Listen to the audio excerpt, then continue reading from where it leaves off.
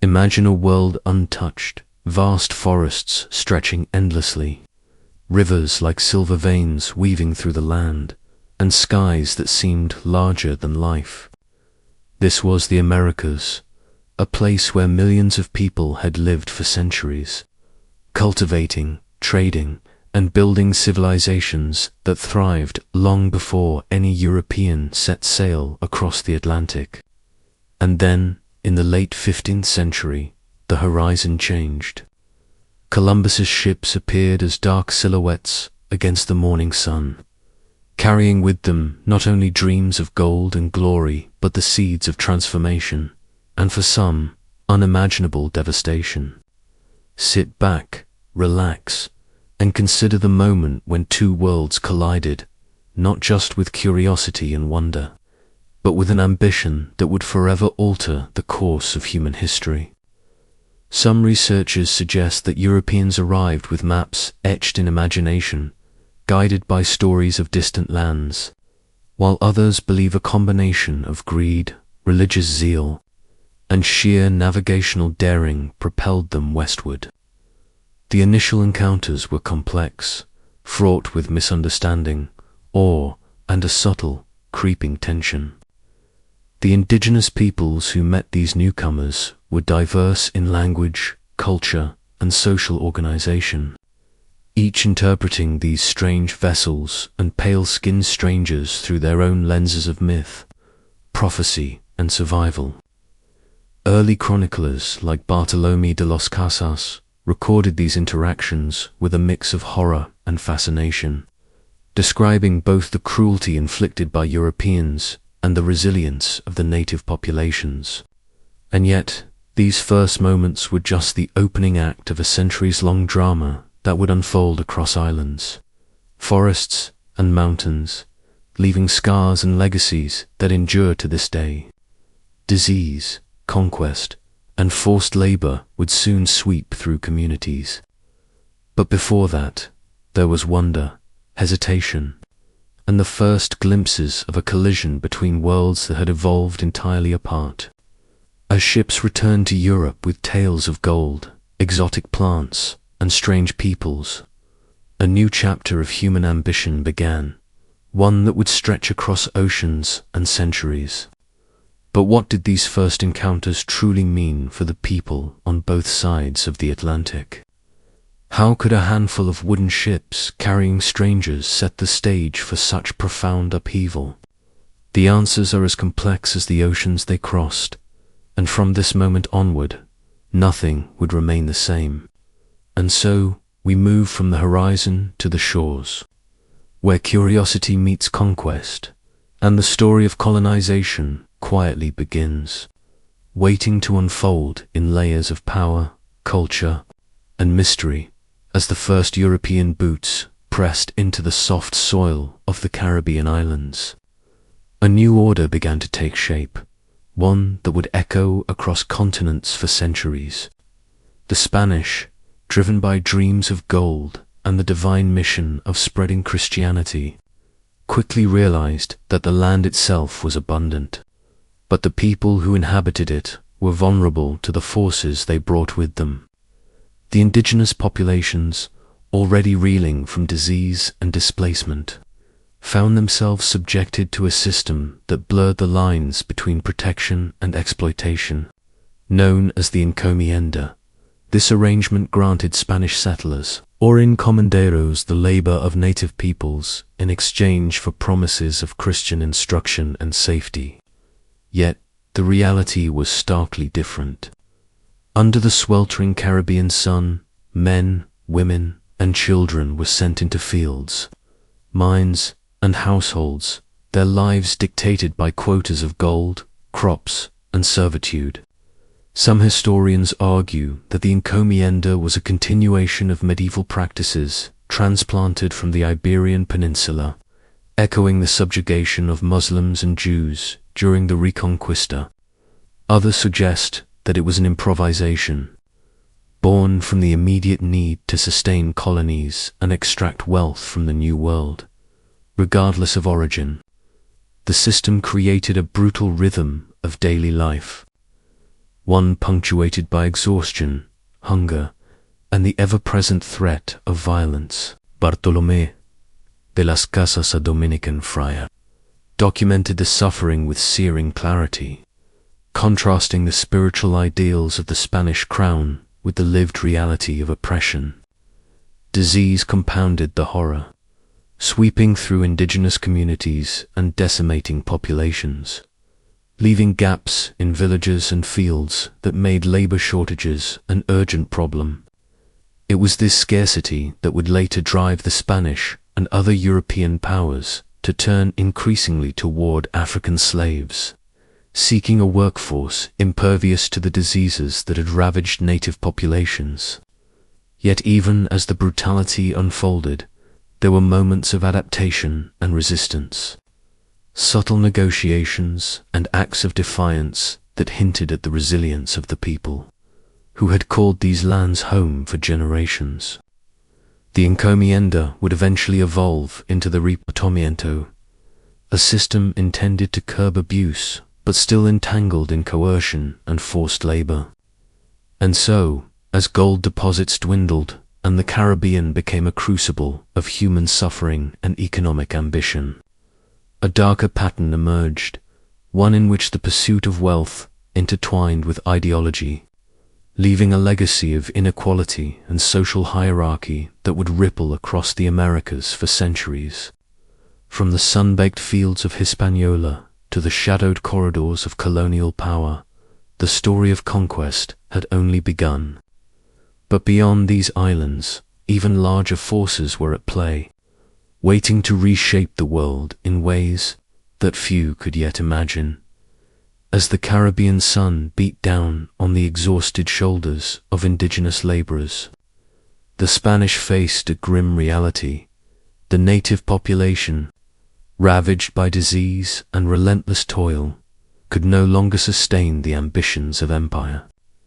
Gold had been extracted, crops harvested, and yet the insatiable hunger for wealth and resources demanded more hands, more labor, and more control. It was in this crucible of necessity and greed that the transatlantic slave trade began to reshape the Americas. African slaves, forcibly transported across storm-tossed seas in the darkness of ships' holds, became the backbone of a new economic order. The sugarcane, tall and swaying in the humid breeze, was not merely a crop, but a currency of power and survival. Its cultivation required precision and speed, as once cut, the cane's sweetness could quickly spoil, leaving the planter with nothing but waste. Plantations spread across the Caribbean islands and into Brazil, vast estates of endless green, where the air was thick with the scent of earth and the tang of sugar in processing mills. Here, human lives were measured in tons of cane, in the endless grind of mills and the ceaseless motion of fields. Some researchers suggest that the Portuguese, with their coastal strongholds in Africa, perfected the system of acquiring slaves, trading guns, rum, and manufactured goods for men and women captured in distant wars or raids. Others argue that the Europeans merely exploited existing African networks of enslavement, turning them into a global machinery of suffering. Life expectancy on sugar plantations was short. Death, disease, and brutality were constant companions, requiring a continual influx of new laborers. Yet even amid this darkness, cultural threads persisted. African languages, rhythms, and traditions survived clandestinely, influencing the music, cuisine, and spiritual practices of the New World. The Spanish, Portuguese, English, French, and Dutch all participated in this grim enterprise, each empire carving out its own territories, each colony building its wealth on the forced labor of millions.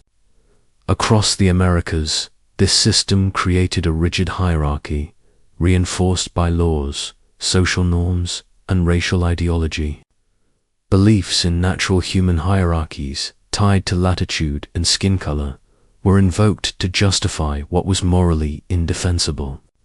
Merchants, planters, and clergy alike profited, while the enslaved endured the relentless pressure of plantation life.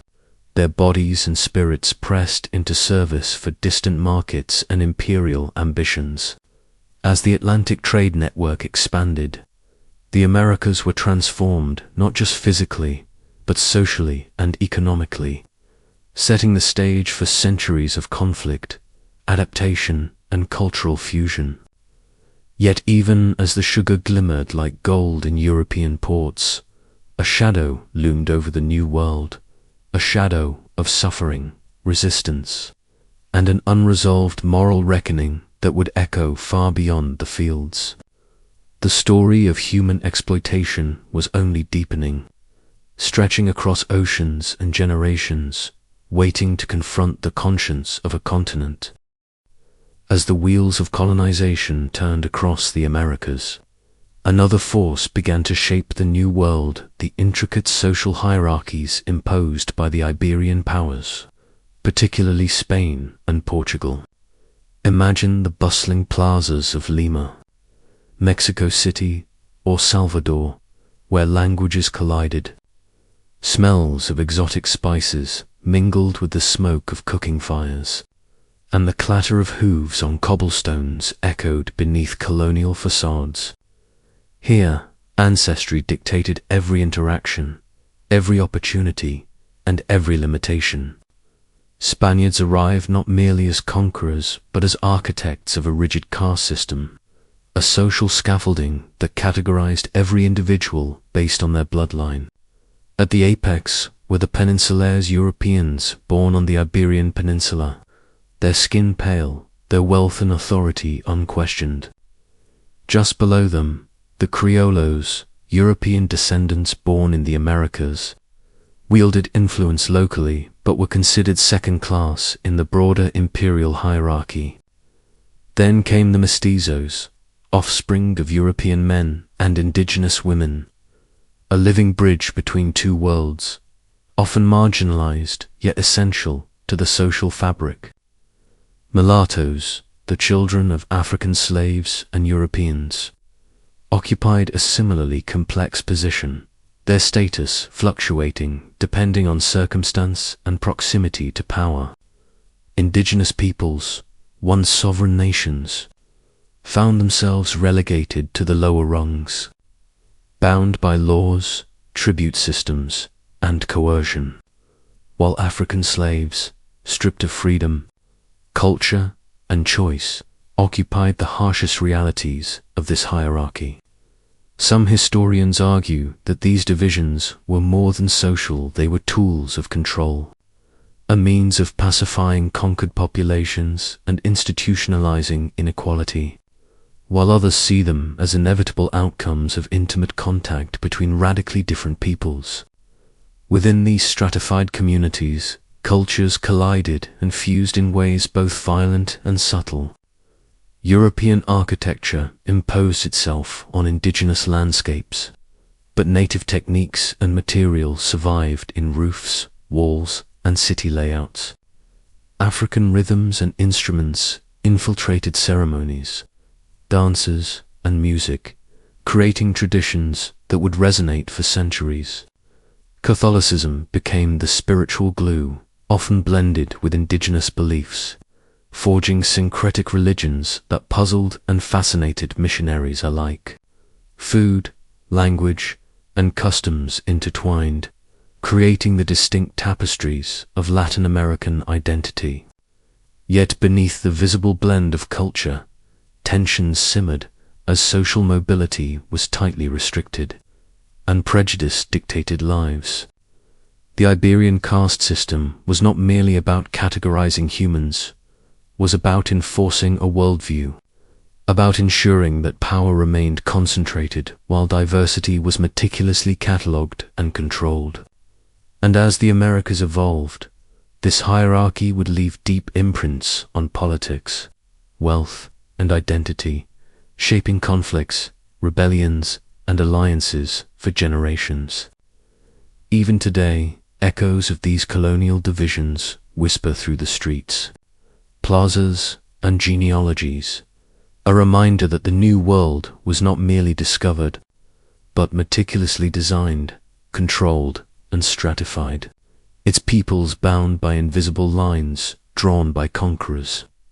Centuries ago, as the Iberian powers solidified their foothold in the Americas, a shadow stretched across the Atlantic, one that would define the New World in ways both brutal and enduring: the transatlantic slave trade.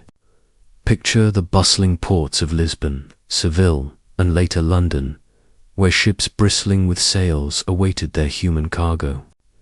The air was thick with the cries of those already captured, the scent of salt and tar mingling with fear and despair. Europeans had discovered a solution to the labor shortages caused by the rapid decline of indigenous populations, African slaves.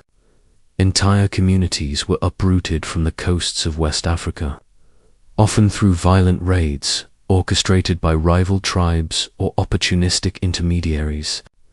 They were then marched to the coast in chains, their eyes wide with terror, the earth pounding under countless footsteps.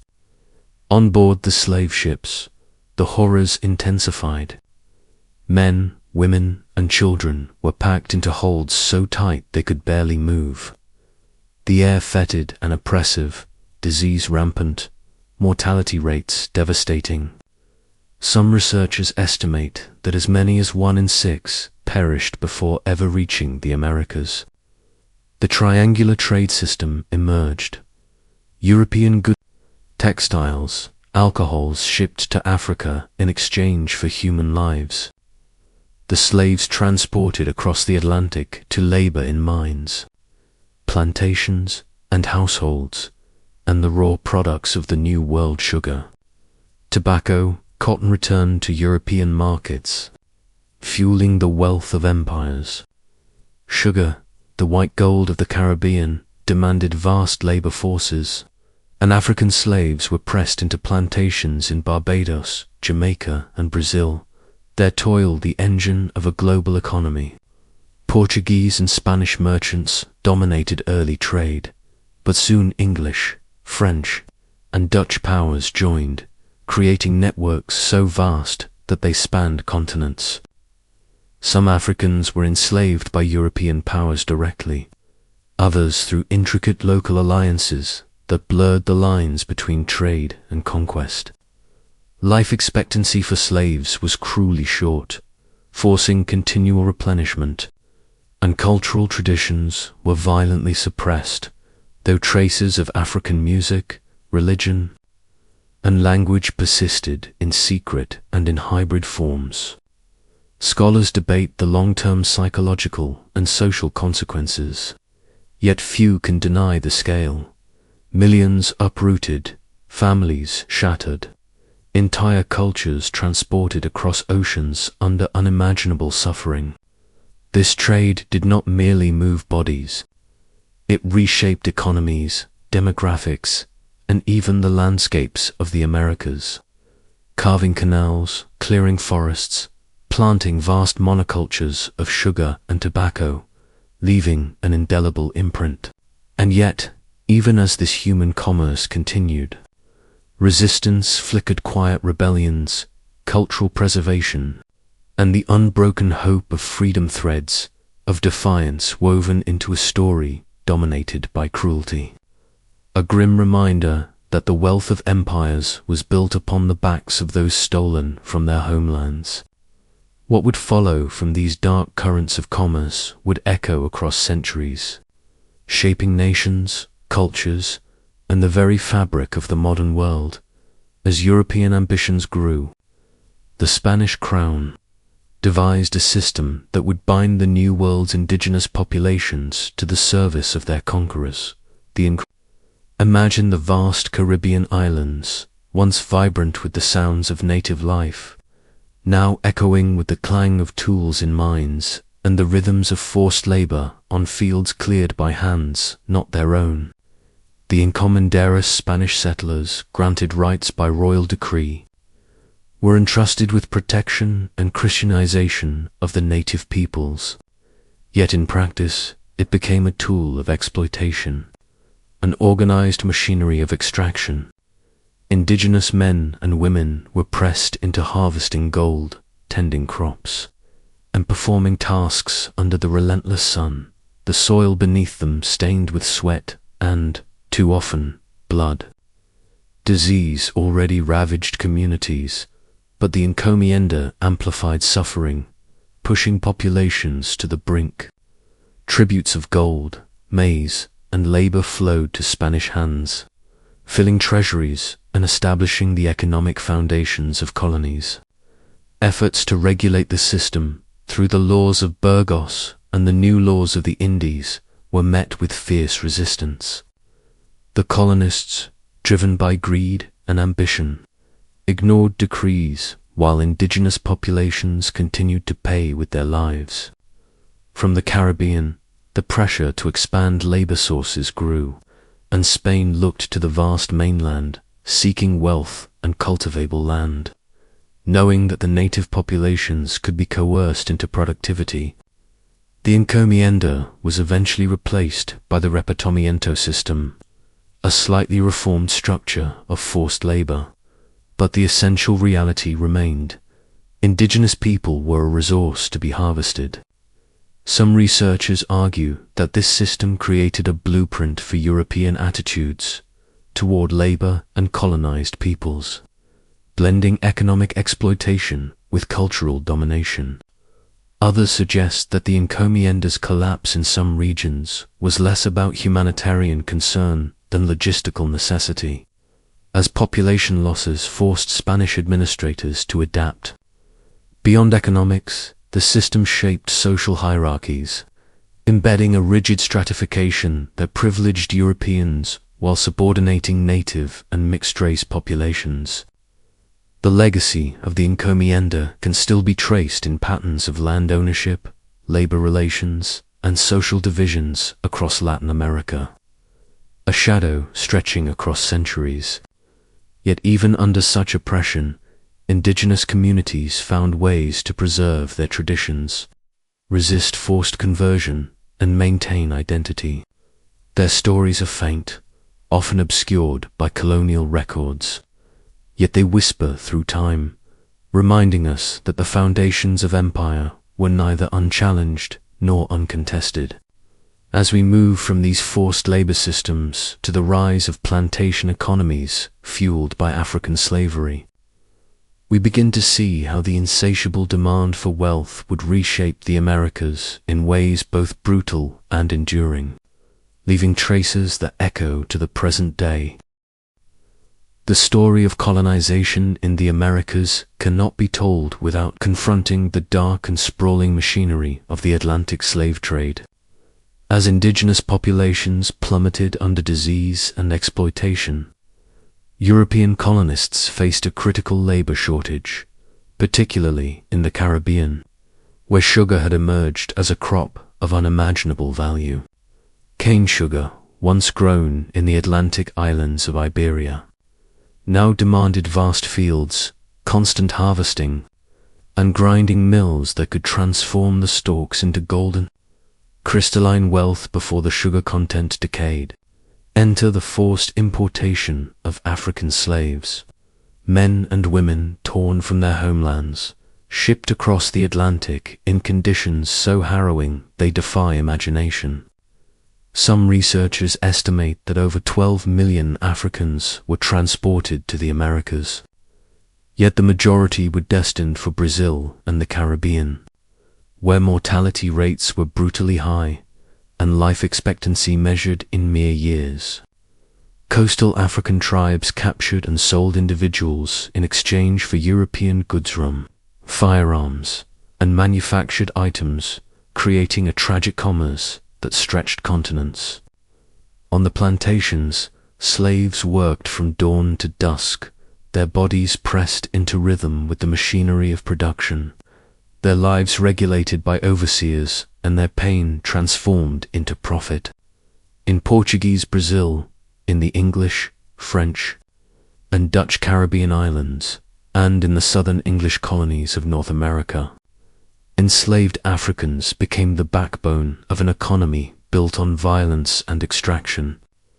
Unlike in Spanish cities, where some enslaved and free blacks could work as artisans, the sugar fields and tobacco plantations demanded sheer physical endurance, a constant replenishment of human labor, and unrelenting control. The Catholic Church in Spanish America grappled with this reality, often attempting to convert slaves while simultaneously accepting the institution of slavery as compatible with Christian doctrine. European theorists rationalized the system, invoking belts of latitude and pseudo-scientific ideas that deemed Africans intelligent yet less spirited, a justification to satisfy conscience while perpetuating cruelty. The Atlantic slave trade created a network of interdependence. Merchants, plantation owners, and financiers bound together in a chain of human suffering. From this, entire economies were forged, colonies grew rich, and societies were fundamentally reshaped. Yet amidst the horror, stories of resilience, culture, and survival flickered through the plantations, hinting at a human spirit that refused to be extinguished. As we leave the sugar fields and cross to the northern colonies where tobacco, rice, and cotton began to dominate, the contours of race, labor, and power start to form the enduring hierarchies that would define the Americas for centuries. A legacy born in blood and shadow, waiting to be examined in the chapters to come. As the colonies expanded, so too did the intricate and often brutal social hierarchies that governed life in the Americas. In Spanish and Portuguese territories, a rigid caste system took root, one that sought to codify the complex mixtures of European, Indigenous, and African ancestry into a hierarchy that dictated opportunity, privilege, and oppression. At the top were the Peninsulares, born in Spain or Portugal, whose light skin and ties to the mother country granted them status, wealth, and influence. Just below were the Criollos, European-descended colonists born in the Americas, often wealthy and influential, yet always shadowed by the authority of the peninsula. Beyond them stretched a spectrum of mixed-race groups mestizo, born of European and Indigenous unions, and mulatto, the children of European and African unions whose place in society was always contested, negotiated, and precarious. Indigenous peoples, despite their deep roots in the land and complex civilizations prior to European arrival, were relegated to the lower echelons, often forced into labor systems like the encomienda or conscripted into tribute payments that sustained colonial economies. At the very bottom were the Africans, brought in chains from across the Atlantic, whose labor fueled sugar, tobacco, and cotton plantations, and whose culture, resistance, and humanity persisted despite the relentless pressure to erase it. Some researchers suggest that this caste system was not merely about skin color. It was a tool of control, a way to impose European order on a diverse and often resistant population. It created a society where identity, opportunity, and survival were inextricably linked to ancestry, where marriage, occupation, and legal rights were circumscribed by the immutable gaze of colonial authority. In contrast, British colonies in North America developed along different lines, shaped by families who arrived together and a society that largely kept indigenous peoples on the margins. The result was a demographic landscape where the mestizo and mulatto populations that dominate much of Latin America today were far smaller in the north. Gender played a similarly formative role. European women's presence, initially scarce but increasing over the 16th century, influenced patterns of settlement, marriage, and inheritance, while missionaries and colonial authorities imposed European concepts of femininity and domesticity onto indigenous and African women. The interplay of race, gender, and class created a world of strict social codes, rigid hierarchies, and deeply entrenched inequalities, yet also one in which human relationships, alliances, and cultural exchange defied neat categorization.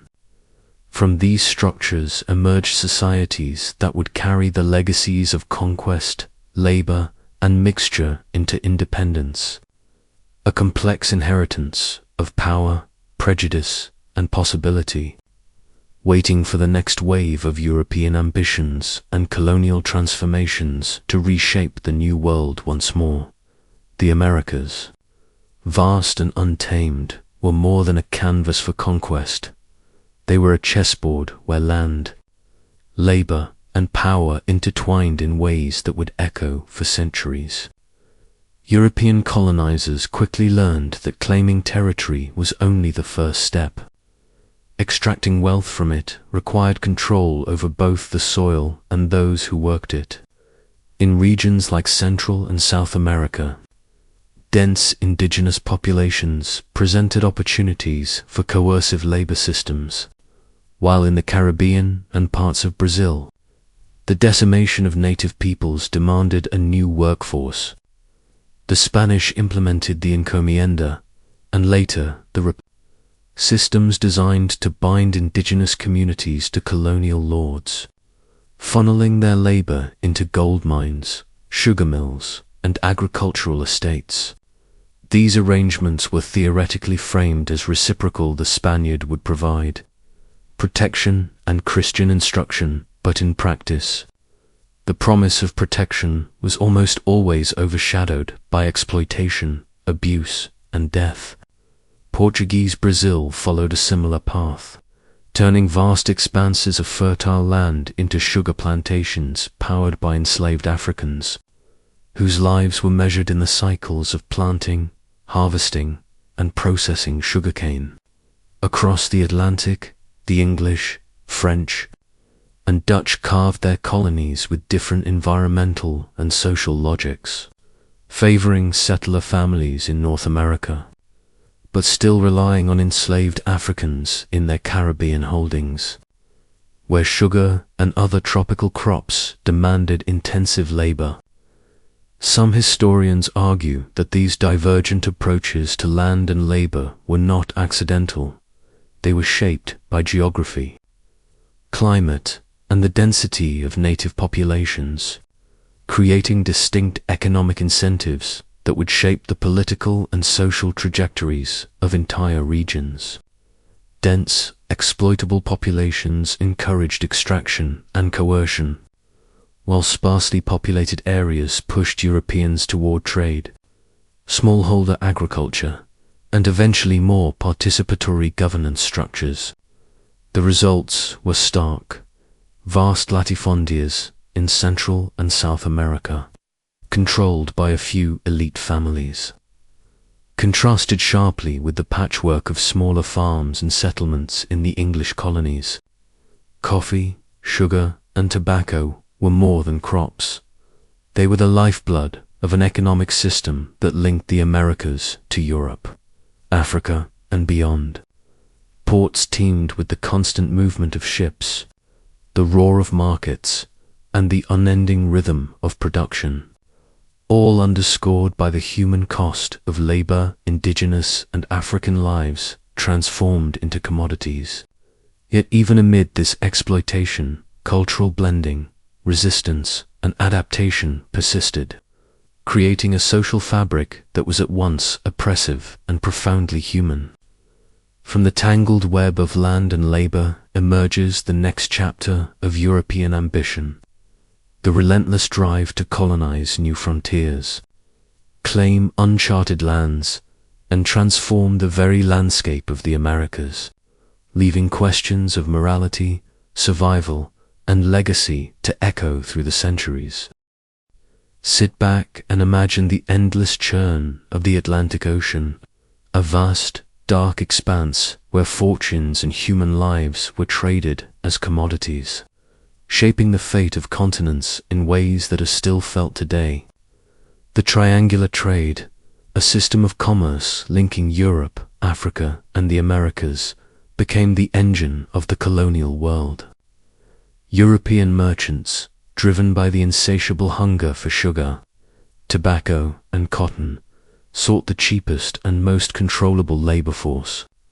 In Africa, local kingdoms and coastal tribes captured prisoners from rival communities, selling them to European traders in exchange for guns, rum, and manufactured goods.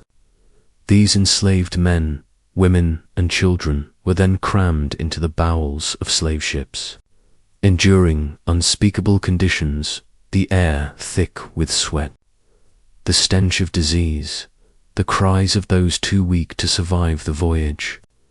Some perished before reaching the Americas, others arrived only to be thrust into brutal, back-breaking labor on plantations, in mines, or as domestic servants. Life expectancy was shockingly short, especially in the Caribbean and Brazil, where sugar cultivation was both profitable and lethal. Across the Atlantic, in North America, enslaved Africans were fewer in number but no less central to the emerging economies of the southern colonies. Tobacco, rice, and later cotton transformed the landscape, requiring a constant supply of laborers, and the legal codification of slavery ensured that African descent became a permanent marker of status and oppression. This commerce was not just economic, it was a cultural collision of unimaginable scale. African traditions, languages, and beliefs persisted and blended with European and indigenous cultures, creating new social dynamics, religions, and identities that would resonate for centuries. Meanwhile, European ports thrived on the profits of this trade. Ships returning laden with sugar, molasses, and raw materials, feeding markets and fueling further expansion. Some researchers suggest that without this system, European colonization could not have been sustained. Others argue that the human cost, measured in millions of deaths and countless lives broken, reveals a moral calculus that remains deeply unsettling.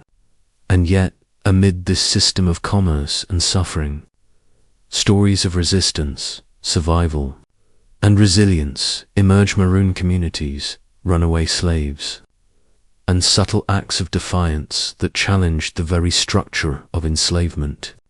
From the horrifying scale of the Atlantic trade, we now turn to the complex social hierarchies that developed in the colonies, a web of race, class, and power, where identity itself became a tool of control, and the boundaries between freedom and bondage blurred in ways that shaped the modern Americas. As the ships unloaded their human cargo onto the shores of the Americas, a new world of social complexity began to take shape, a world defined as much by skin as by status, where every shade could dictate one's destiny.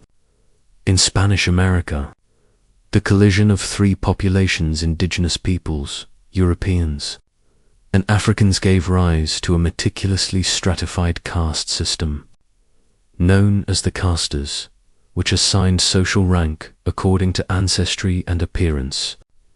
At the pinnacle were the Peninsulares, Spaniards born in Europe, wielding power, wealth, and influence. Just below them, the Criollos, Spaniards born in the Americas, enjoyed privilege but remained subordinate to the continental-born elite.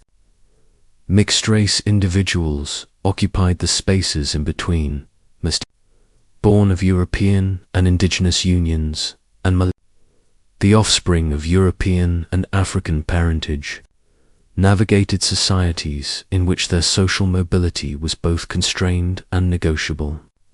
Indigenous peoples and Africans, whether enslaved or free, found themselves at the bottom, their lives constrained by legal codes, economic exploitation, and cultural marginalization. These divisions were not merely theoretical. They manifested in daily life, from access to education and land ownership to marriage prospects and participation in civic governance. Some historians argue that this system served a dual purpose: to consolidate European control over diverse populations, and to codify inequality in a way that appeared natural, almost inevitable. Color and ancestry became instruments of control, reinforced by laws, church teachings, and social custom, but also by violence, coercion, and subtle pressures that shaped behavior and opportunity. In cities like Mexico City, Lima, and Havana, these hierarchies were visible in the layout of neighborhoods, the professions open to certain groups, and the elaborate record-keeping of lineage in parish registers. Across the Caribbean, the rigid structures of plantation society intensified racial distinctions, with enslaved Africans forced to labor in brutal conditions while European overseers and planters lived in relative luxury. Yet even within this strict framework, cultural exchange occurred.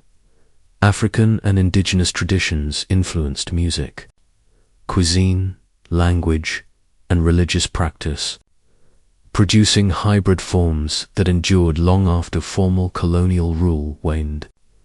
In contrast, British colonies in North America developed a different dynamic, with fewer mestizo populations due to European settlement patterns and stricter social segregation from the start, creating a society where racial boundaries hardened differently. As we peer into these intricate social tapestries, one question lingers: how did the legacies of these caste and racial hierarchies shape the political, cultural, and economic landscapes that would emerge centuries later across the Americas? The answers lie in the interplay of power, resistance, and identity. A story that continues to echo in every city, plantation, and village, from the Caribbean islands to the Andean highlands.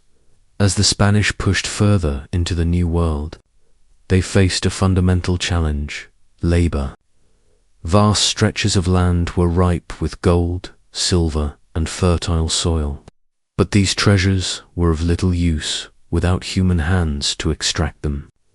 Enter the encomienda system, a structure that promised to civilize and convert indigenous peoples while simultaneously granting Spaniards access to their labor.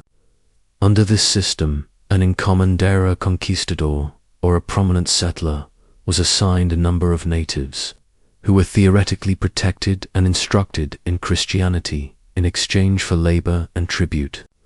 In practice, this system became a tool of relentless exploitation.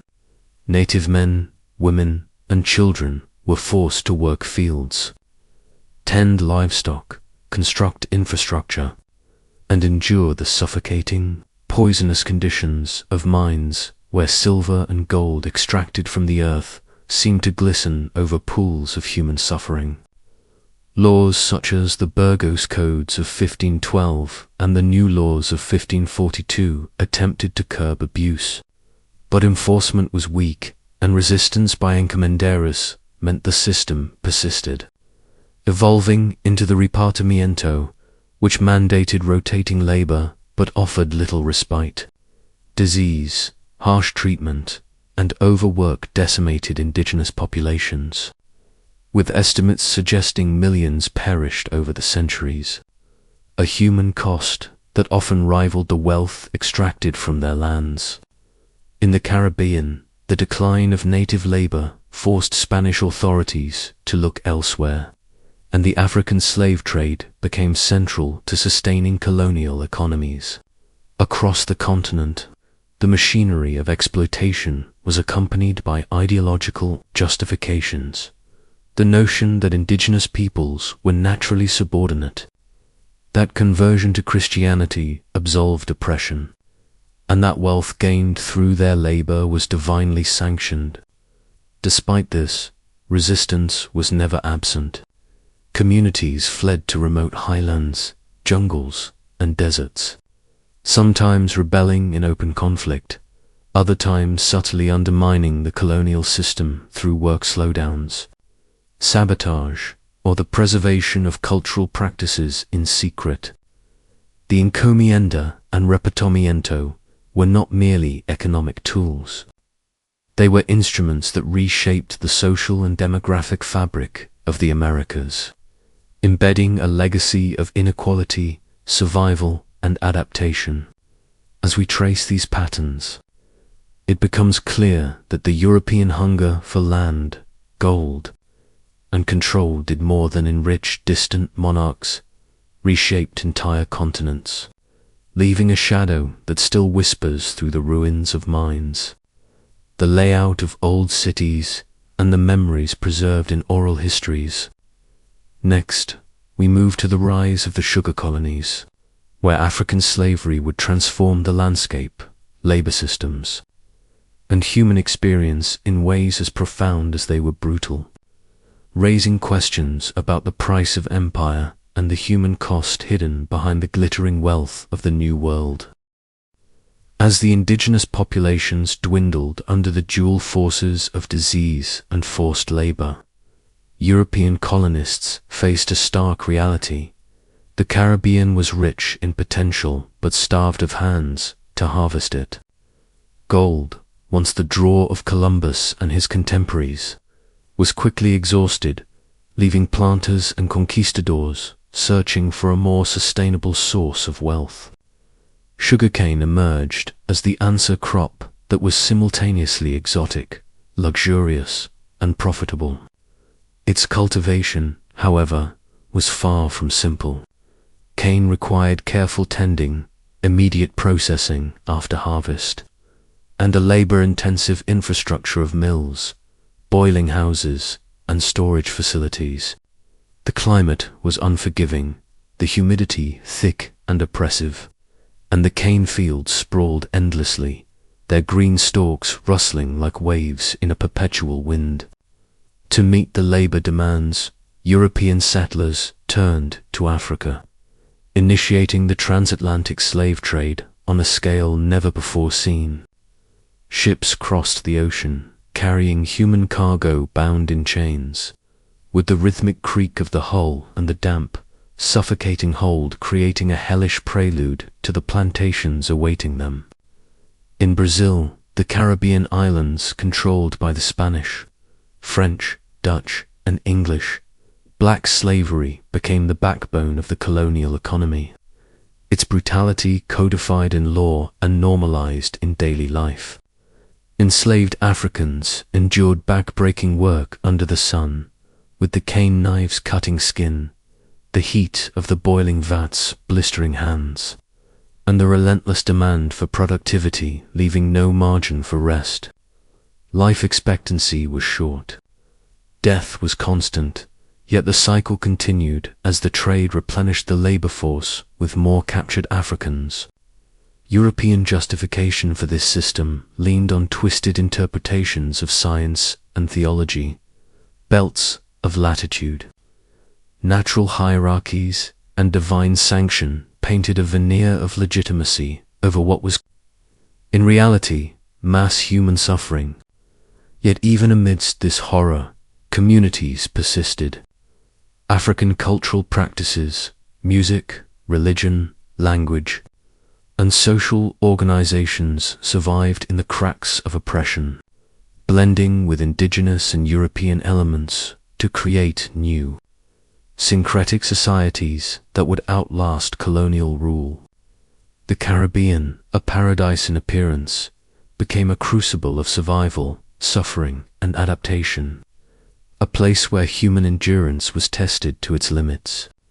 As the plantation economies expanded, the consequences rippled far beyond the islands themselves, reshaping trade networks, urban centers, and European politics, and setting the stage for a demographic and cultural transformation that echoes across centuries. From one plantation to the next, the question lingers: what price must a society pay for wealth built upon the backs of the enslaved? And how did these early choices define the Americas that we know today? Next, we move to the mainland colonies, where European powers wrestled not only with labor, but with the complex tapestry of indigenous peoples, settlers, and the emerging racial hierarchies that would come to define New World society. As the focus shifts from the sun-scorched Caribbean islands to the sprawling mainland of North and South America, a different set of challenges and dynamics emerges, shaping the contours of colonial life in ways both subtle and profound.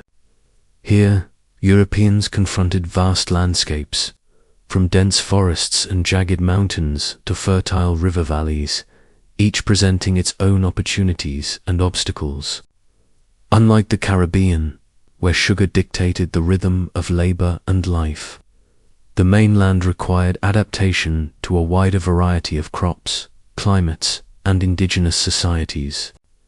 The Spanish, for instance, established vast viceroyalties such as New Spain and Peru, leveraging the remnants of advanced indigenous civilizations like the Aztec and Inca to extract tribute, labor, and resources.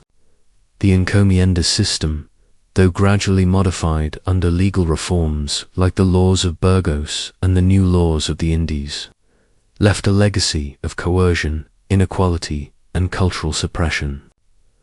Meanwhile, French colonists in Canada and along the Mississippi River engaged in fur trade networks, establishing forts and settlements that relied as much on alliances with indigenous peoples as on European enterprise. Their approach, shaped by the need to navigate harsh winters and remote terrain, fostered a relatively cooperative model, at least compared to the brutal plantation economies further south. The English colonies, particularly the southern plantations of Virginia and the Carolinas, imported African slaves beginning in 1619, primarily to cultivate tobacco, rice, and later cotton. Unlike their Iberian counterparts, British settlers often arrived with families, limiting the frequency of intermarriage with indigenous populations and creating a distinct social structure where European settlers maintained a degree of separation from native communities. Across all colonies, the mixture of peoples, European settlers, African slaves, and indigenous populations led to complex social hierarchies and cultural intermingling. Mestizos and mulattoes emerged in Spanish and Portuguese territories, symbolizing both the violence of conquest and the persistence of human connection across imposed boundaries. On the northern continents, these mixtures were less pronounced, but interactions with indigenous groups still shaped trade, diplomacy, and conflict. The mainland colonies also faced the constant challenge of land its ownership. Fertility and control became central to colonial economies and power structures. Large estates and smallholder farms, often dictated by geography and imperial policy, laid the groundwork for future political and economic systems, as settlers adapted to the vast and varied landscapes. They left behind not only settlements and crops, but also an enduring question: how would the interplay of coercion, adaptation, and cultural mixing shape the future societies of the Americas? From one frontier to the next, the shadow of conquest and settlement loomed, hinting at the intricate and often painful mosaic that was taking form across the New World. Next, we turn to the complex tapestry of racial and social hierarchies that emerged from this crucible of colonization, where skin color, lineage, and origin dictated one's place in an ever-evolving colonial order. As the colonies expanded and settlers from Europe established footholds across the Americas, a new and rigid social architecture began to take shape, one defined not only by wealth and power, but by the color of one's skin and the origin of one's ancestry. In Spanish and Portuguese territories, the sheer mixture of indigenous peoples, African slaves, and European settlers gave rise to a complex caste system known as the castes, a hierarchy that categorized individuals based on ancestry and skin tone. At the apex were the peninsulares, Europeans born in Spain or Portugal, whose authority was nearly absolute, reinforced by imperial laws and the support of the church. Below them were the criollos, Europeans born in the Americas, often wealthy and influential, but still considered socially inferior to their peninsular counterparts. Next came the mestizos, the children of European and indigenous unions, whose roles varied from rural laborers to artisans in urban centers, sometimes enjoying moderate privileges but never escaping the weight of social prejudice. Mulattoes, born of African and European parentage, occupied another tier, often skilled laborers, craftsmen, or domestic servants, yet still bound by the systemic limitations imposed by their heritage. Indigenous peoples and African slaves formed the base of this hierarchical pyramid, exploited for their labor, subjected to tribute, and denied full social participation. In French colonies, particularly in the Caribbean and Louisiana, similar social stratifications existed, though the mercantile focus on trade and the fur economy sometimes allowed more fluidity, as wealth and alliances could elevate one's position. In British North America, where settlers often arrived with families and intended to establish permanent communities, the racial mixing was far less pronounced, yet rigid systems of race and servitude developed quickly.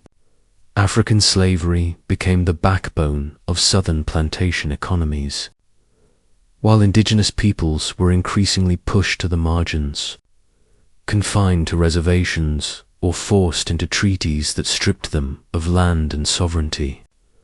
Across all regions, these social hierarchies were maintained not just through law but through culture, religion, and everyday practice, codifying a world in which birth could predetermine opportunity, freedom, and even survival. These constructs of race and caste were not mere abstractions. They shaped communities, dictated labor, influenced marriage, and even affected legal standing. Over generations, the entangled lineages of conquerors and the conquered created societies that were neither wholly European nor indigenous, neither entirely free nor fully enslaved, leaving a legacy that persists in the cultural and racial landscapes of the Americas today. As we step deeper into this world, the question emerges: how did these rigid structures of race and labor influence the rise of economies, cities, and the very identity of the New World? Next, we explore the brutal and transformative institution of African slavery and its pivotal role in shaping the economic and human contours of the Americas, where wealth, survival, and human suffering became inextricably linked. As European ambitions in the Americas deepened, an insidious and transformative force began to spread across the continent: African slavery. The plantations, mines, and cities of the New World depended on a labor force that was coerced, commodified, and stripped of freedom. In the Caribbean, sugar-sweet, crystalline, and intensely profitable drove the relentless importation of African slaves. Each journey across the Atlantic a harrowing odyssey of suffering, disease, and death. Ships were tightly packed, their holds dark, suffocating, and fetid, with hundreds of human beings chained together, their cries drowned by the lapping of the sea and the creak of timber. Those who survived were sold to planters whose wealth depended entirely on the relentless toil of their captives. Cutting cane from dawn to dusk under a blazing sun, their lives measured in harvests.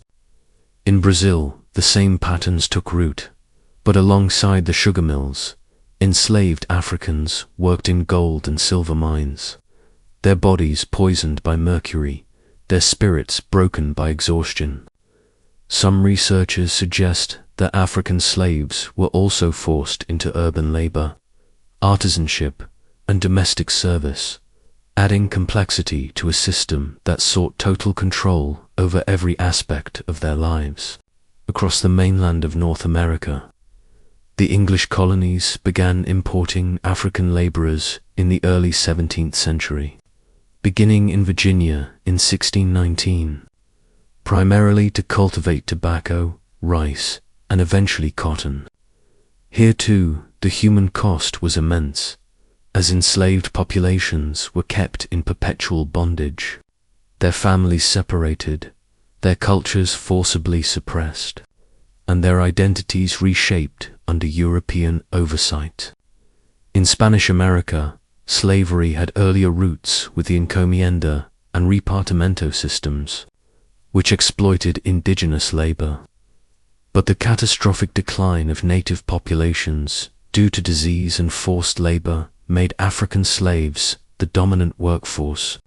Some scholars argue that the Catholic Church, while preaching salvation and conversion, often turned a blind eye to the suffering of enslaved Africans, rationalizing their bondage through theories of natural hierarchy and moral obligation. Traders, both European and African, perpetuated the transatlantic system, exchanging guns, rum, and manufactured goods for human lives, creating a network that spanned continents and oceans. By the 18th century, millions of Africans had been transported across the Atlantic, their lives and labor shaping the very foundations of the New World economies. Yet, behind the wealth and expansion, the question remained unspoken but ever present. How could a society flourish on such widespread human suffering? And what shadows would this legacy cast on generations yet to come? Next, we delve into the mechanisms of this trade, the triangular exchange that linked Europe, Africa, and the Americas in a grim cycle of commerce and exploitation. To understand the scale and brutality of European colonization, one must follow the dark currents of the triangular trade, a vast, intercontinental network that bound Europe, Africa, and the Americas in a relentless cycle of wealth and human suffering. Ships laden with manufactured goods, guns, textiles, alcohol, and metal wares departed from European ports, their sails billowing against the horizon as merchants and investors anticipated enormous profits. These goods were traded along the West African coast for enslaved men, women, and children, often captured through warfare or raids by other Africans, then sold under duress to European traders. The human cargo was then packed into the holds of slave ships for the Middle Passage, a journey that became infamous for its horror, crammed bodies chained together, the stench of disease and excrement hanging heavy, the groans and cries of those who knew their freedom had been irrevocably stolen echoing through the dark, suffocating space. Survival was uncertain. Disease, malnutrition, and despair claimed the lives of countless souls before the ships even sighted the Americas. Upon arrival, the enslaved were sold at auction to plantation owners, mine operators, and urban elites, their labor harnessed to extract sugar, tobacco, rice, cotton, gold, and silver, commodities that would enrich European coffers and fuel further expansion. The ships would then return to Europe, laden with these raw materials, completing the triangle and cementing a system where human lives were merely another form of capital. Some historians suggest that the triangular trade not only shaped the economies of the Americas, but also transformed European society, concentrating wealth in port cities, fostering new mercantile classes, and creating the financial instruments insurance joint stock companies, credit networks necessary to sustain such an immense, dehumanizing enterprise. The environmental and cultural impact was profound. Sugarcane fields replaced forests. African and indigenous labor traditions collided and blended under duress, and a new racialized social hierarchy solidified, codified in law and custom, determining who would hold power, who would toil, and who would be enslaved. Others note that the psychological weight of this trade reverberated across generations, leaving scars in the collective memory of entire continents, a silent witness to the cruelty of empire. As we look across the Caribbean islands, Brazil, and the southern colonies of North America, the staggering scale of this human machinery becomes undeniable.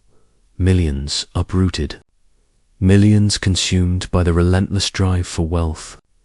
Yet even within this darkness, threads of resistance emerged, rebellions, escapes, cultural preservation, and spiritual defiance reminded the enslaved that their humanity endured. A quiet, stubborn flame amid overwhelming oppression. Next, we move to the European cities that profited most from this commerce, where fortunes were made and empires financed, revealing the hidden urban engines that sustained the Atlantic world's cruel equilibrium. Across the European continent, far from the blistering sun of the Caribbean or the dense jungles of Brazil, the profits of colonization flowed into bustling port cities, transforming them into the throbbing engines of empire. Amsterdam, Lisbon, London, Bordeaux were not merely cities of commerce. They were the nerve centers of an interconnected world fueled by the sweat, blood, and labor of the enslaved. Imagine the cobbled streets glistening under a thin drizzle, warehouses stacked with sugar, tobacco, cotton bales, and gold ingots. The air thick with the mingled scents of salt water, smoke, and exotic spices. Ships docked along the quays, unloading the spoils of distant lands, while merchants in opulent coats calculated profits that could change the fortunes of families, guilds, and even entire nations. Some researchers argue that these cities were laboratories of modern capitalism, where financial innovation, the creation of insurance policies for human cargo, the formation of joint stock companies, the issuance of credit notes was refined to manage the enormous risks of transatlantic trade. It was a system designed to make immense wealth appear almost effortless, a veneer of civility masking the human suffering that underpinned it. Others suggest that the cultural life of these cities, their theaters, salons, and guild halls, was itself shaped by the wealth pouring in from overseas, funding arts and sciences that glorified empire while silencing the voices of those who toiled in the shadows. Yet the streets also bore subtle reminders of the violence beneath this prosperity. Neighborhoods where freed Africans settled, forming enclaves that whispered of resilience. Churches whose stained glass hinted at spiritual justification for enslavement. Even the quiet melancholy of laborers who never saw the ocean but whose livelihoods depended entirely upon it. Beyond economics, these cities became crucibles of ideology, where debates about morality, religion, and natural hierarchy took place, often to rationalize the continued subjugation of distant peoples. Latitude theories, justifications based on climate and perceived strength, were discussed in scholarly salons, feeding the imagination of policymakers who never left home. And so, while plantations thrived under scorching suns, European cities swelled with the spoils, indifferent yet complicit, orchestrating a system that spanned continents and oceans. The machinery of empire was not visible in any single field or port, but existed in the networks linking them. In letters, ledgers, and contracts, in the quiet hum of urban life. From these cities, policy and capital flowed outward, guiding the fates of millions across the Atlantic. Next, we move to the intimate, human side of colonization, the everyday lives of settlers, indigenous peoples, and enslaved Africans, where the abstract machinery of empire collided with flesh, blood, and survival, revealing a world both ordinary and extraordinary in its cruelty and resilience. Beyond the grand designs of kings, merchants, and conquistadors, the true story of colonization unfolds in the intimate spaces where human lives were caught between ambition and survival. Picture a small village on the edge of a Caribbean coastline, where indigenous families had lived for centuries, tending fields and fishing along coral-strewn shores, suddenly confronted by strangers with steel, horses, and an unfamiliar language. The shock of contact brought not only conquest, but disease, a silent predator that spared no one. Smallpox, measles, and influenza swept through these communities, leaving skeletal reminders of what some scholars estimate to have been a mortality rate of up to 90%. But the invisible hand of disease was only part of the devastation. The encomienda system, later replaced by the coerced native populations into labor, often in gold mines where the very air was poisoned by dust, or on farms that demanded grueling, unrelenting toil under tropical suns. Families were separated, children taken to serve in distant households.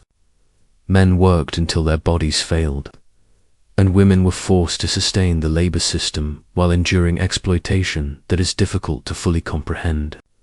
Meanwhile, across the Atlantic, African communities experienced their own upheaval.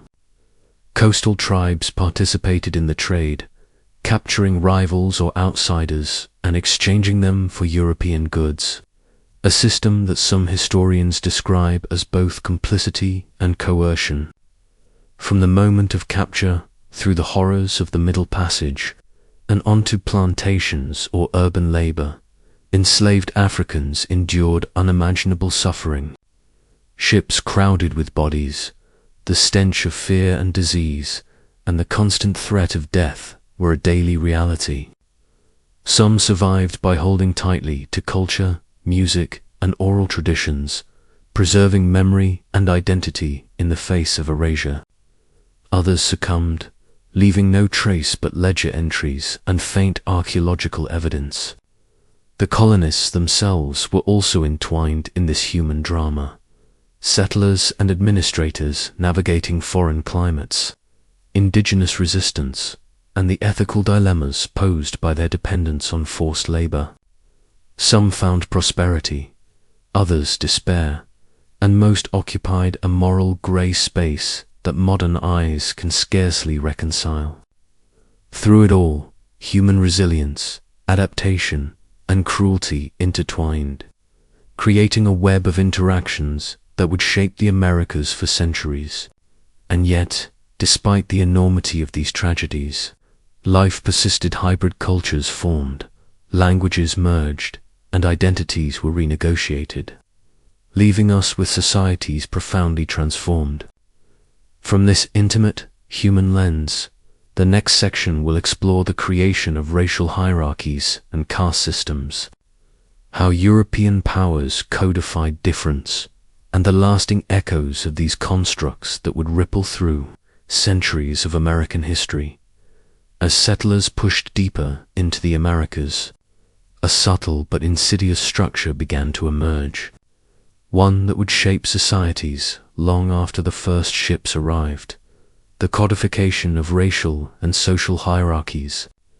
Imagine the bustling streets of colonial Lima or Mexico City, where Spanish officials, merchants, enslaved Africans, indigenous peoples, and mestizo children intersected daily, each movement carefully observed, each interaction laden with social expectation, to maintain control and exploit labor efficiently.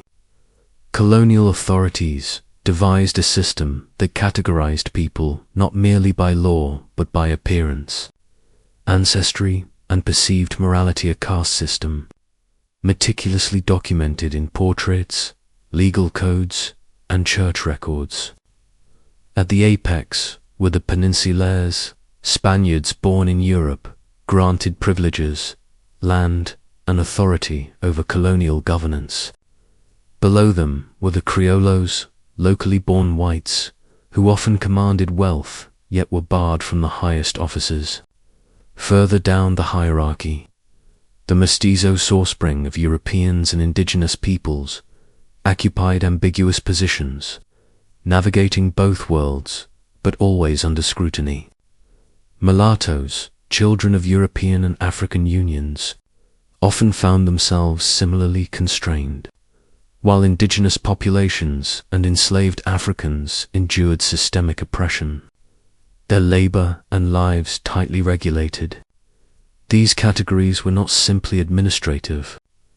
They dictated marriage, residence, employment, and legal rights, embedding inequality into daily existence. Some researchers suggest that the system drew inspiration from earlier Iberian notions of purity of blood, influenced by centuries of reconquest, religious intolerance, and the codification of Jewish and Muslim ancestry. Others propose that the caste system was a practical response to the complexity of a multi-ethnic, rapidly expanding colonial population, a way for ruling elites to maintain dominance through visible social markers. Beyond legal and social structures, cultural practices reinforced these divisions. Clothing, language, religious instruction, and public ceremonies all signaled status, subtly reminding everyone of their place. Yet the human spirit resisted categorization. Mestizo and mulatto communities developed rich cultural expressions, blending indigenous, African, and European traditions in music, cuisine, and religious practice, often creating identities that defied rigid classification. These hierarchies were not uniformed. Different regions, climates, and economies shaped local variations, and over time, legal definitions shifted, reflecting political needs and demographic realities. Still, the underlying message was clear. Skin, ancestry, and birthplace could determine destiny in the Americas. And as we move next to explore the economic engines driving colonization, the mines, plantations, and the global networks of trade, we will see how these social hierarchies were inseparable from wealth, labor, and power, and how the legacy of these divisions echoes through the Americas even today. Beneath the sun-scorched hills of Peru, the dense tropical canopies of Brazil, and the fertile lowlands of the Caribbean, a silent but relentless engine of empire ground forward. The extraction of wealth through labor, coercion, and ingenuity.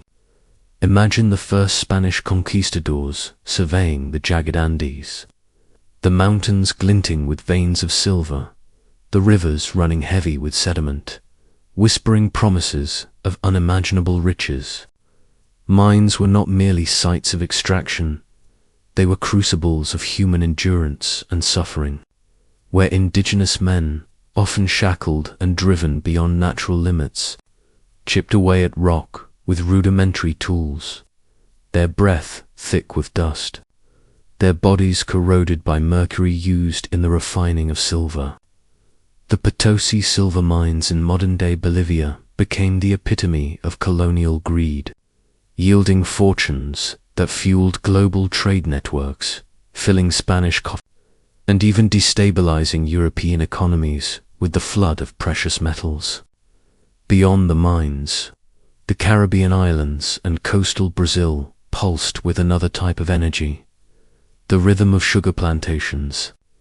Here, African slaves, uprooted from their homelands, endured tropical heat, the stench of rotting cane, and the constant threat of disease, their labor transformed into a highly desirable commodity that would flow across oceans to feed European appetites for sweetness and luxury. Plantation life was meticulously organized, fields, mills, and housing arranged to maximize output, overseen by overseers who enforced discipline with whip and barked commands.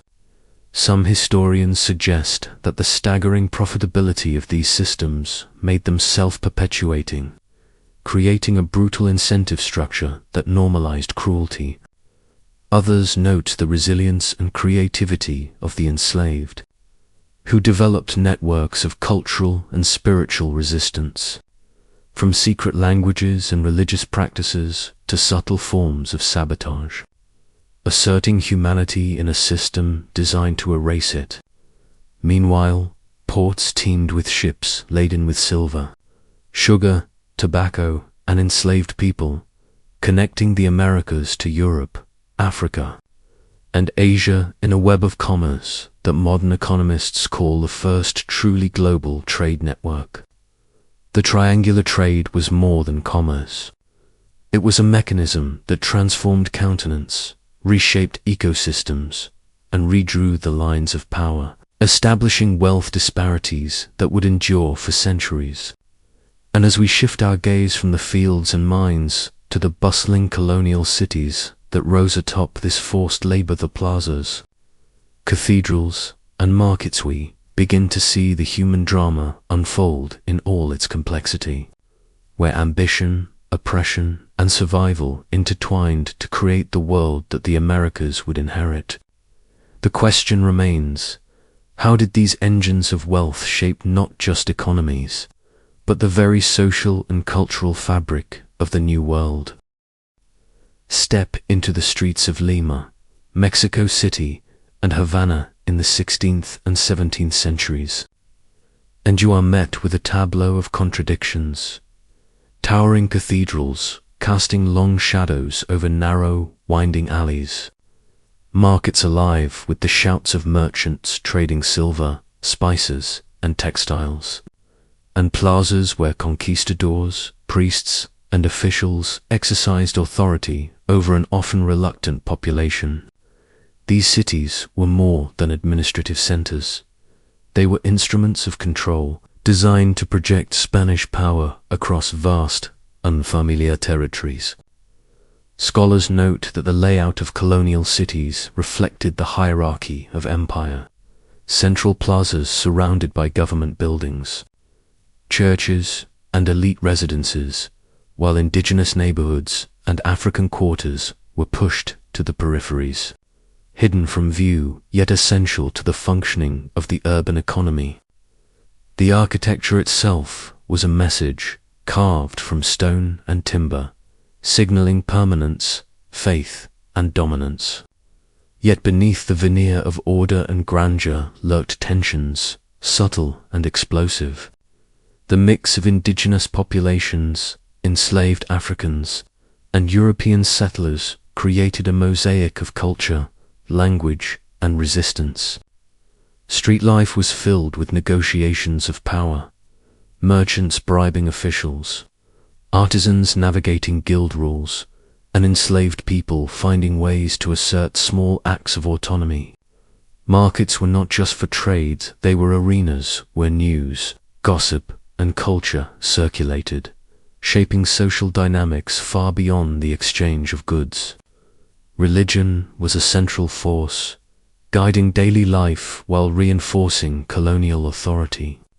Missionaries, Jesuits, and friars built schools, hospitals, and churches, seeking to convert indigenous populations while often acting as intermediaries between the crown and the local populace.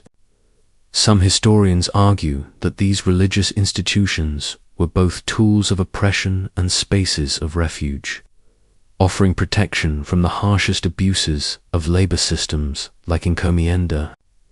Meanwhile, wealth extracted from the mines and plantations flowed into these urban centers, fueling construction, luxury, and bureaucratic machinery. Yet for all the gold and silver, Life in these cities was precarious plagues. Rebellions and social unrest were constant threats, reminding residents that power was fragile, even when enshrined in stone and decree. As we leave the echoing plazas and move toward the sprawling countryside, we begin to see the tensions between urban centers and rural landscapes, between authority and resistance that would shape the evolution of colonial societies. And it is here, in the interplay of wealth, labor, and human ambition, that the deeper mysteries of colonial life reveal themselves, whispering questions about who truly held power and at what cost. Imagine the creaking decks of ships, loaded with goods, men, and lives, cutting across the Atlantic, connecting continents in ways that would forever alter human history. This was the triangular trade, an intricate web linking Europe, Africa, and the Americas in a cycle of commerce, exploitation, and transformation. European merchants supplied guns, textiles, and manufactured goods to African coasts, where local rulers and traders exchanged them for captives, men, women, and children taken from inland communities. These captives were then transported across the Middle Passage, a harrowing journey marked by disease, despair, and death, toward the Caribbean and the Americas, where their labor-fueled plantations and mines. The scale of this operation is staggering. Millions of Africans, some estimates suggest 12 million, were forcibly moved, each life reduced to a commodity in ledgers and shipping manifests. Once in the Americas, enslaved people labored under brutal conditions, cultivating sugar, tobacco, rice, and cotton, generating wealth that would transform European economies and cities.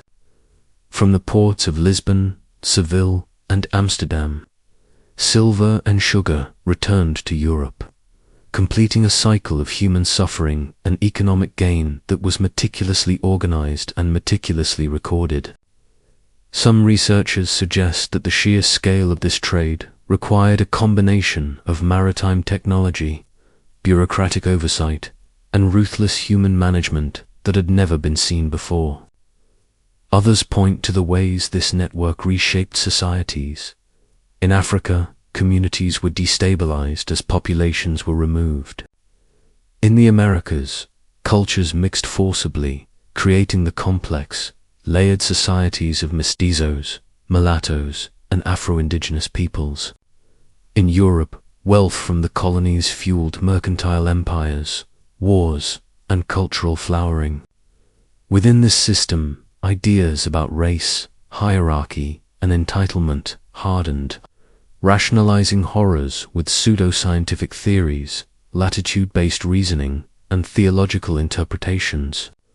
Wealth, status, and survival were inextricably linked to the machinery of the Atlantic trade, and every port, dock, and plantation became a node in this sprawling network.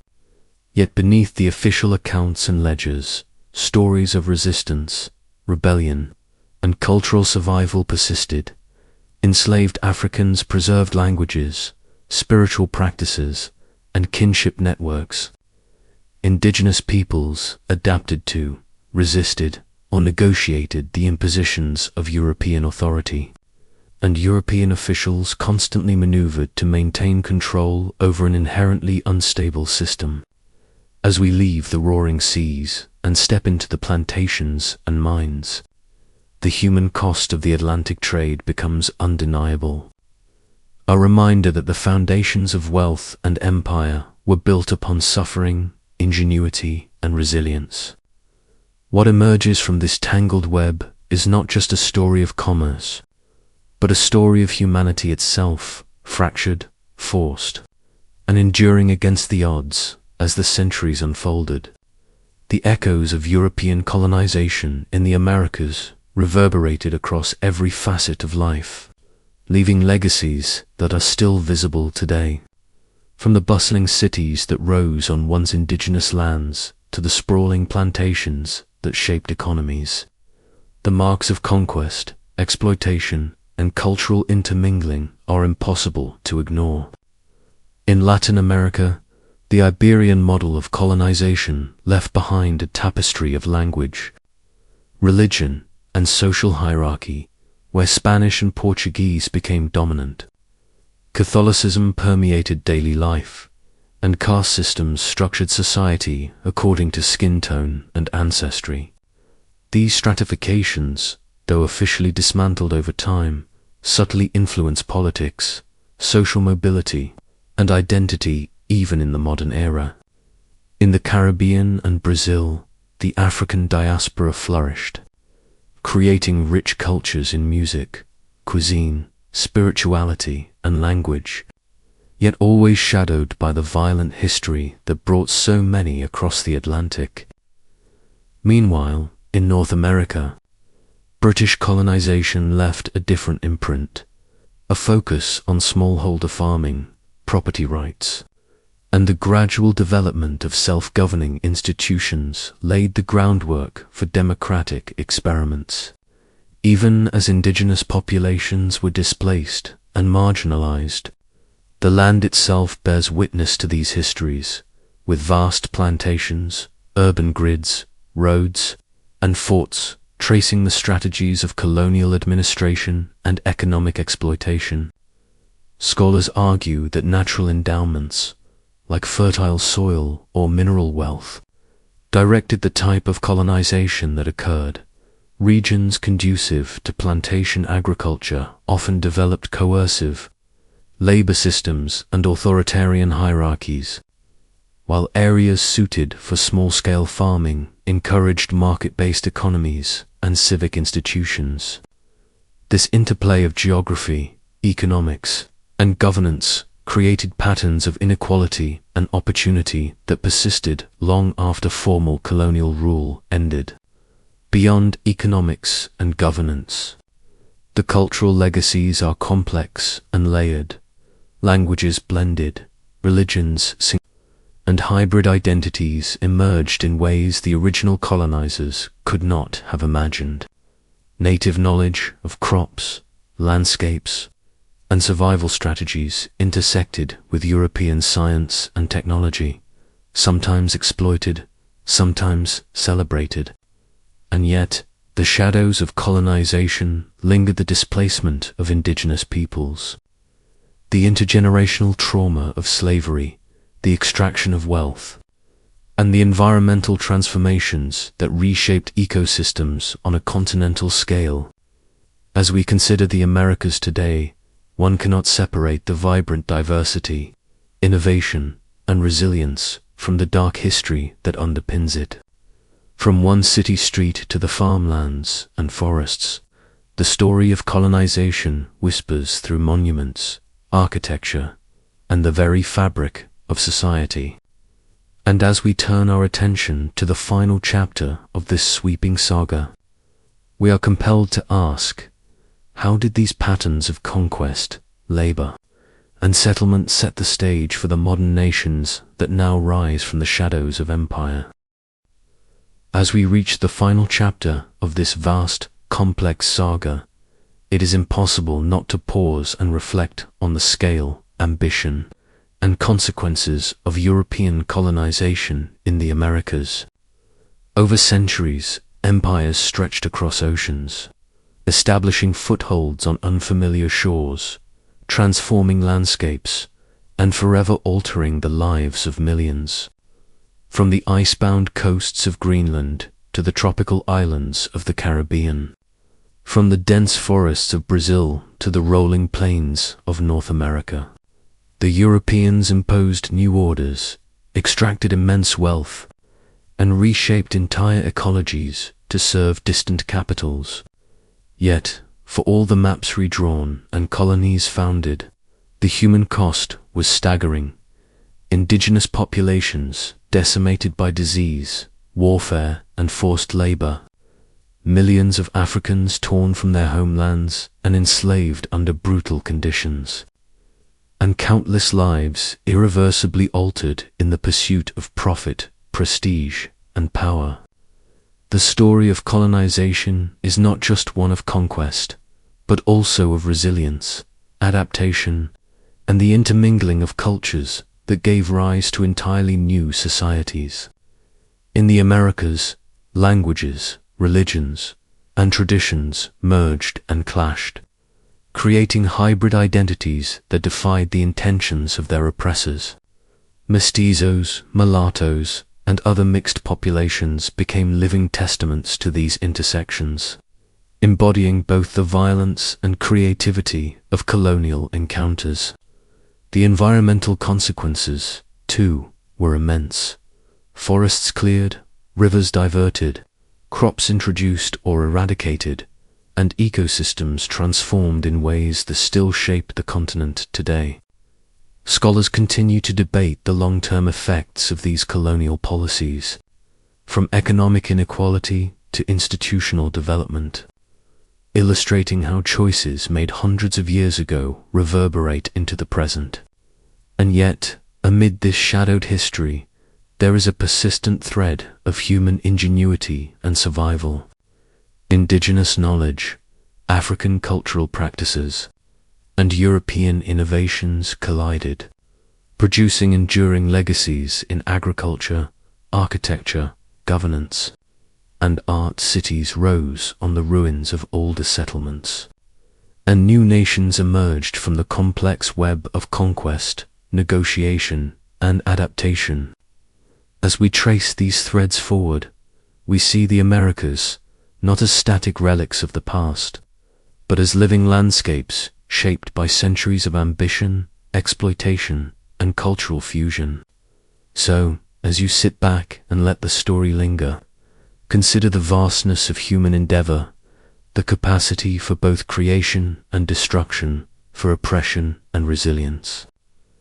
The age of colonization was an era of extremes, a chapter of history defined by ambition, mystery, and consequences that echo to this day. And in this reflection, we are left with a haunting question. Can the full story of human conquest ever truly be understood, or does it remain, like the continents themselves, a landscape of hidden depths, waiting for us to explore further?